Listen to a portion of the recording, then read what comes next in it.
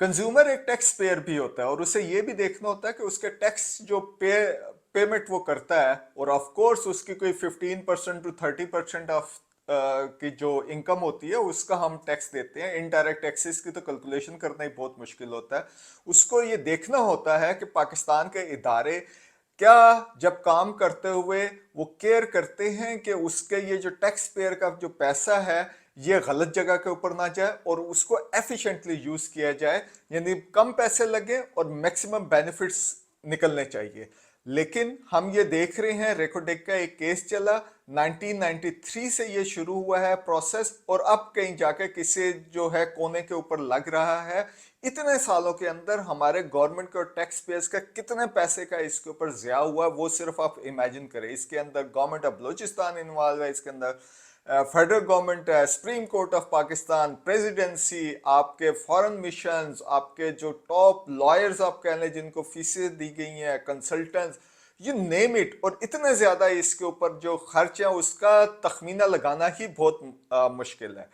हुआ क्या है कि अब ये किसी जगह पे जो प्रोजेक्ट है, रेकोडेक माइनिंग प्रोजेक्ट है, जिसके अंदर कहा जाता है कि दुनिया के सबसे बड़े गोल्ड और कॉपर के रिजर्व्स हैं, वो उस मेच्योरिटी की तरफ जा रहा है। और ये प्लान ये है कि इस साल वहां पे कंस्ट्रक्शन शुरू हो जाएगी और बाय 2028 वहां से माइनिंग शुरू हो जाएगी, यानी गोल्ड और कॉपर निकलना शुरू हो जाएगा। और ये जो एक कंपनी है वो बैरिक गोल्ड के नाम से जो कंपनी है, कैनेडियन कंपनी, उसके पास 50% शेयर है। गवर्नमेंट ऑफ पाकिस्तान यानी फेडरल गवर्नमेंट और प्रोविंशियल गवर्नमेंट ऑफ बलूचिस्तान उनके बाकी 50%। और बात ये भी कुछ चल रही है कि हो सकता है गवर्नमेंट ऑफ पाकिस्तान अपने कुछ शेयर जो है वो सऊदी अरेबिया को भी दे दे। सो ये बिग प्रोजेक्ट है, ये 40 साल तक यहाँ पे माइनिंग होनी है और रफली यहाँ से 80 मिलियन टन के करीब गोल्ड और कॉपर की जो है वो एक्सकवेशन होनी है। सो ये प्रोजेक्ट मिच्योर हुआ कैसे है? देखिए 1993 में एग्रीमेंट होता है, बैरिक गोल्ड भी इन्वॉल्व थी और ऑस्ट्रेलियन कंपनी भी थी।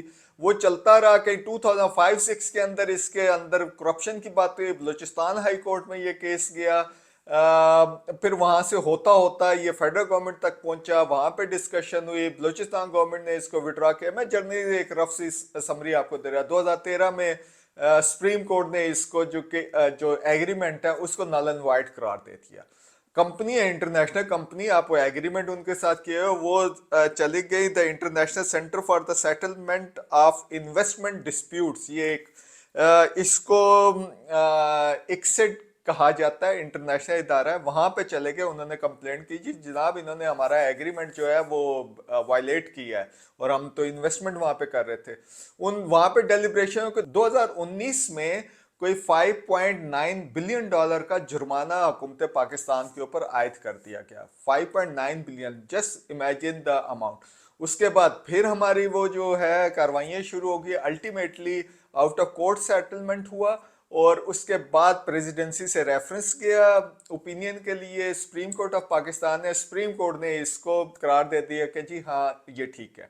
अब क्या होने जा रहा है कि पाकिस्तान की जो सूबा है बलूचिस्तान के, बलूचिस्तान एनवायरनमेंट प्रोटेक्शन एजेंसी ने एक ऐड दिया है और उसमें उन्होंने लोगों से तजावीज़ मांगी है इन राइटिंग कि आप आए और उसका हम एनवायरनमेंट और सोशल इम्पैक्ट असेसमेंट करने जाएं। जो EIA जो है आपने सुनी होगी, कोई भी प्रोजेक्ट हो कोई मेगा लेवल का हो तो उसकी जाके ये EIA होता है, ये असेसमेंट होती है।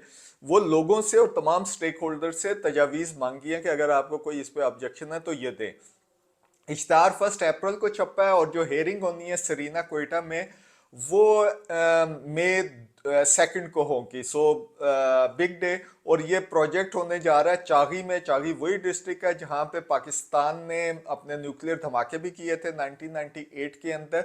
लेकिन सवाल ये है कि जब ये इतने बड़े ह्यूज लेवल से होते होते प्रोजेक्ट अब ये लैंड किया है बलूचिस्तान की इन्वायरमेंट प्रोटेक्शन एजेंसी में, जो रिलेटिवली नई एजेंसी है क्योंकि 2012 का जो कानून है उसके तहत ये बनी है, जो बलूचिस्तान का कानून था वहाँ पे लैंड किया और इसने जो फिजिबिलिटीज बनाई हुई हैं 2010 के करीब 2010-11 की जो फिजिबिलिटीज है कंस्ट्रक्शन की और पूरे प्रोजेक्ट की, उसके अंडर ये तमाम जो है ये रिव्यूज होंगे। सो मुझे ऐसे लग रहा है कि ये दुनिया का जो है इतना बड़ा प्रोजेक्ट है, और जो हमारी एजेंसी है उसका जो कैलिबर है वो थोड़ा नीचे लेवल का, but again saying law is law.